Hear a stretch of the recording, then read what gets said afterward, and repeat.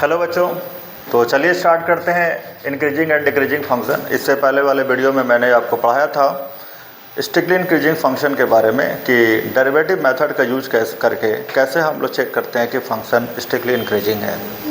आज हम लोग दो और मेथड का डिस्कस करेंगे, ठीक है। इससे पहले कुछ क्वेश्चन देखते हैं, उसके बाद से दो और मेथड डिस्कस करेंगे जो बोर्ड और जेईई के लिए काफ़ी इंपॉर्टेंट है। तो चलिए स्टार्ट करते हैं। पहला क्वेश्चन हम लोग देखते हैं, so that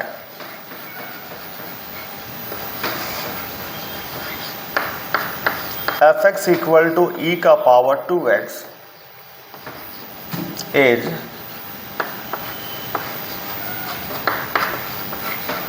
strictly increasing function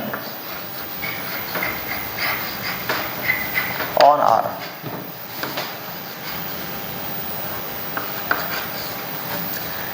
ये एनसीईआरटी का क्वेश्चन है।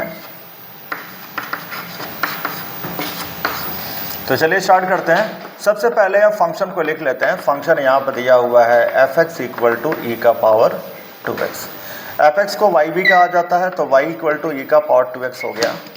अब आपको क्या करना है, y इक्वल टू ई का पावर 2x दिया है, तो सबसे पहले हम लोग इसका डिफ्रेंसिएशन करेंगे। तो y का डिफ्रेंसिएशन dy बाई dx होगा, और जब हम e का पावर 2x का डिफ्रेंसिएशन करेंगे तो e का पावर 2x होगा, और ये 2x का डिफ्रेंसिएशन यहाँ पे 2 हो जाएगा। तो dy by dx equal to हो गया 2 मल्टीप्लाइड बाई e का पावर 2x। अब इसके बाद हमको क्या करना है, डेरिवेटिव मेथड में मैंने आपको बताया था कि डिफ्रेंसिएशन करने के बाद से सबसे पहले हम लोग ये चेक करेंगे कि डेरिवेटिव का जो वैल्यू है वो ग्रेटर देन 0 है कि नहीं। अगर डेरिवेटिव की वैल्यू ग्रेटर देन 0 अगर आ गया तो फंक्शन स्ट्रिक्टली इंक्रीजिंग है। तो देखिएगा, हम लोग जानते हैं एज वी नो दैट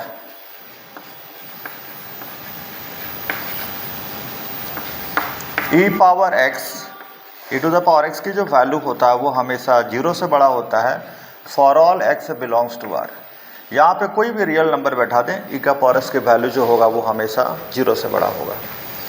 तो अगर यहाँ पर e का पावर 2x भी है तो इसका भी वैल्यू हमेशा 0 से ज़्यादा होगा for all x belongs to r। अब यहाँ पे 2 है तो हम लोग बोथ साइड 2 से मल्टीप्लाई कर देते हैं। तो 2 मल्टीप्लाइड बाई e का पावर 2x ग्रेटर देन 0। आप देखेंगे 2e का पावर 2x यहाँ पर आ गया, और ये किसके बराबर है, dy बाई dx का। तो यहाँ पर dy बाई dx लिख दें, तो dy बाई dx यहाँ पर ग्रेटर देन 0 आ गया। तो जब dy बाई dx की वैल्यू यहाँ पर ग्रेटर देन 0 आ गया तो फंक्शन क्या होगा, स्ट्रिक्टली इंक्रीजिंग फंक्शन होगा। So given function is strictly increasing function. तो देखिएगा एनसीईआरटी का ये क्वेश्चन है, और जैसे जैसे हम लोग इसमें आगे बढ़ते जाएंगे बोर्ड लेवल का और जेईई लेवल का दोनों क्वेश्चन हम लोग देखेंगे। तो चलिए अब दूसरा क्वेश्चन स्टार्ट करते हैं NCERT. So that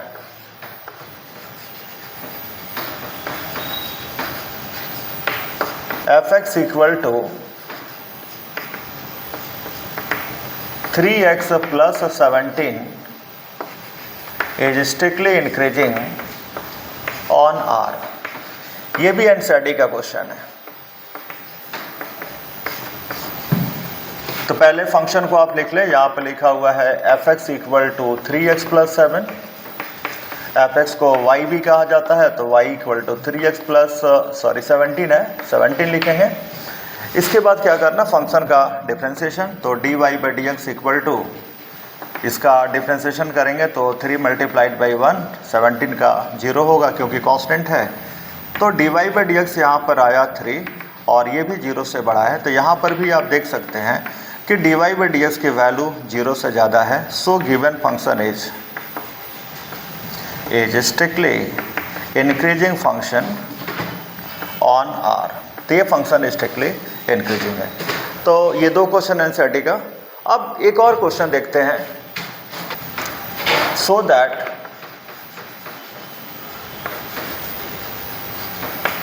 fx equal to sin x plus 10x minus 2x is strictly increasing when x belongs to 0, pi by 2।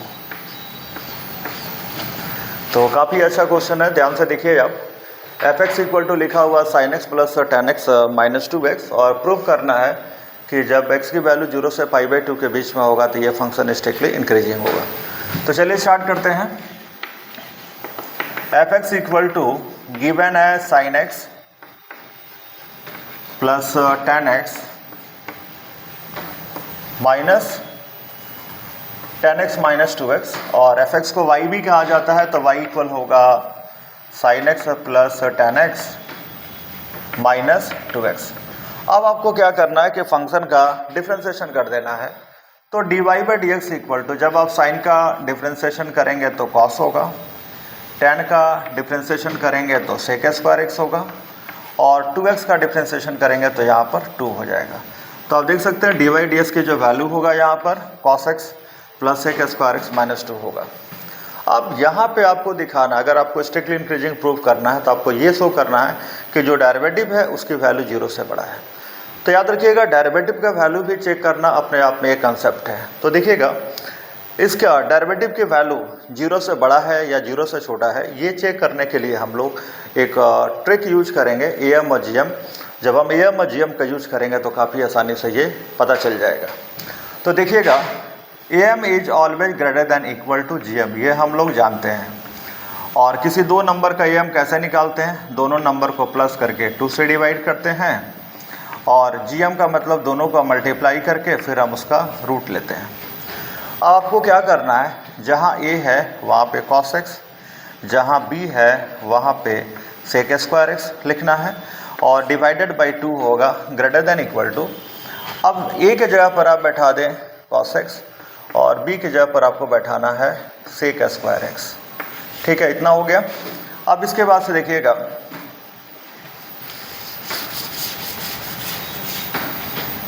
cos x plus sec square x divided by 2 greater than equal to cos x। हम sec square x को लिख सकते हैं 1 by cos square x और ये cancel हो जाएगा। तो कैंसिल होने के बाद से बचेगा cos x plus sec square x divided by 2 greater than equal to 1 by under root cos x, ये होगा। अब हम इसको ऐसे लिख सकते हैं cos x plus sec square x divided by 2 greater than equal to 1 by under root cos x। ठीक है, अब आते हैं इंटरवल पे। इंटरवल यहाँ पे क्या दिया हुआ है, when x belongs to 0, π/2। तो देखिएगा when x belongs to 0, π/2, यानी कि पहले ही बोल दिया कि आपका जो x होगा वो x 0 और π/2 के बीच में होगा। क्या हम इसको ऐसे लिख सकते हैं 0 less than x less than π/2, हम इसको ऐसे भी लिख सकते हैं। अब इसके बाद से देखिएगा क्योंकि यहाँ पे x के प्लेस, अब सब पे हम cos अप्लाई करते हैं, तो जब cos अप्लाई करेंगे तो cos 0 होगा, यहाँ पर cos x होगा, यहाँ पे cos π/2 होगा। अच्छा, जब भी हम cos अप्लाई करेंगे 0 से π/2 के बीच में cos डिक्रीजिंग होता है, इसलिए जब हम cos अप्लाई करेंगे तो यहाँ पर इनइक्वालिटी का जो साइन है वो चेंज हो जाएगा। आपको पता है कि cos का ये ग्राफ होता है, ये cos का ग्राफ है, यहाँ पे 0 और ये π/2 होता है। आप देख सकते हैं कि 0 से π/2 के बीच में जो cos है वो डिक्रीज कर रहा है और जब हम किसी इनइक्वालिटी पे डिक्रीजिंग फंक्शन अप्लाई करते हैं तो साइन यहाँ पे चेंज होता है। इसलिए यहाँ पे लेस का साइन है तो ग्रेटर, यहाँ भी लेस का साइन है तो ग्रेटर हो गया। cos 0 का वैल्यू 1 होगा, cos x, cos 90 का वैल्यू 0। अब हम इसको अरेंज करके लिख देंगे तो 0 less then cos x less then 1 होगा। अब एक बात पता चल गया कि जब x की वैल्यू 0 से π/2 के बीच में होगा तो cos x की जो वैल्यू होगा 0 से 1 के बीच होगा।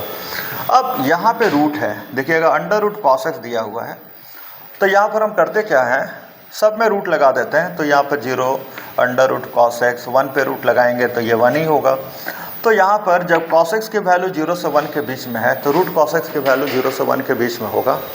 अब हम इसके बाद क्या करते हैं, इसको पलट देते हैं। तो जब हम इसका 1 by under root cos x करेंगे तो इसका जो वैल्यू होगा वो 1 से ज़्यादा हो जाएगा। तो आप देख सकते हैं कि जब रूट cos x की वैल्यू 0 से 1 के बीच में होगा तो 1 by under root cos x का जो भी वैल्यू आएगा, जब रूट cos x को हम लोग पलटेंगे तो इसकी वैल्यू आएगा वो हमेशा 1 से ज़्यादा आएगा। तब हमको ये बात पता चल गया कि 1/√cos x का जो वैल्यू है वो 1 से ज़्यादा है।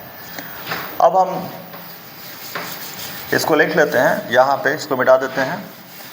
अब देखिएगा, अब हमको पता चल गया कि इसकी जो वैल्यू है वो 1 से ज़्यादा है। तो यहाँ पर हम लिखते हैं 1/√cos x की वैल्यू 1 से ज़्यादा है। तो यहाँ पर जो cos x प्लस sec²x/2 लिखा हुआ है, इसके वैल्यू क्या होगा बताइए? इसकी भी वैल्यू 1 से ज़्यादा होगा, इसकी भी वैल्यू 1 से ज़्यादा होगा।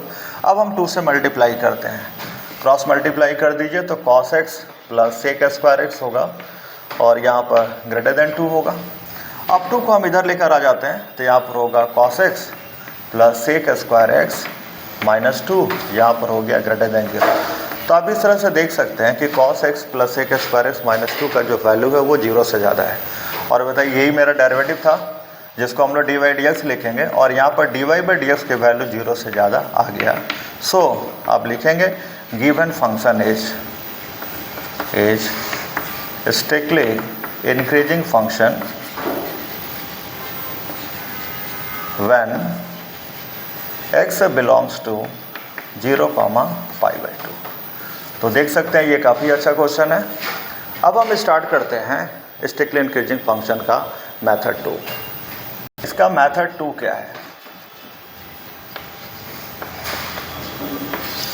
ठीक है, हेडिंग दे लीजिए, मेथड 2, जिसका नाम है बेसिक मेथड। मेथड 2 ये बेसिक मेथड है। मान लेते हैं कि y = fx एक फंक्शन है और y = fx फंक्शन का ये ग्राफ है। ये y = fx फंक्शन का ये ग्राफ है। ये x डैश है, यहाँ पर y और यहाँ पर y डैश लिखा हुआ है। ठीक है, अब यहाँ पर एक पॉइंट ले लेते हैं, यहाँ पर x1 है, ये पहला नंबर मेरा x1 है और x एक्सिस पर दूसरा एक नंबर लेते हैं जो कि x2 है। और x1 पर जो हाइट है फंक्शन का, याद रखिएगा हाइट का मतलब y की वैल्यू, तो x1 पर जो हाइट है वो f(x1) है। जब x1 हम यहाँ पे पुट करेंगे तो f(x1) होगा और ये y का वैल्यू होगा। तो x1 का पर जो फंक्शन की जो वैल्यू है, यानी कि जो हाइट f(x1) है, और x2 पर जो फंक्शन की वैल्यू है f(x2) है। अब आप देख सकते हैं कि यहाँ पर x1 जो है लेस देन x2 है, x1 लेस देन x2 है। तो x1 पर जो फंक्शन की हाइट है f(x1), ये हाइट f(x2) से छोटा है। तो यहाँ ध्यान देना है कि अगर x1 x2 से छोटा है और f(x1) भी f(x2) से छोटा है तो ऐसे कंडीशन में फंक्शन स्ट्रिक्टली इंक्रीजिंग होगा। तो ये स्ट्रिक्टली इंक्रीजिंग का कंडीशन है, स्ट्रिक्टली इंक्रीजिंग फंक्शन का ये कंडीशन है। ये रहा बेसिक मेथड। अब इसमें हम कुछ रिमार्क देखते हैं पहले। अब पहला रिमार्क आपको ध्यान देना है कि if x1 is less than x2 imply that f(x1) is also less than f(x2)। ये ध्यान देना है।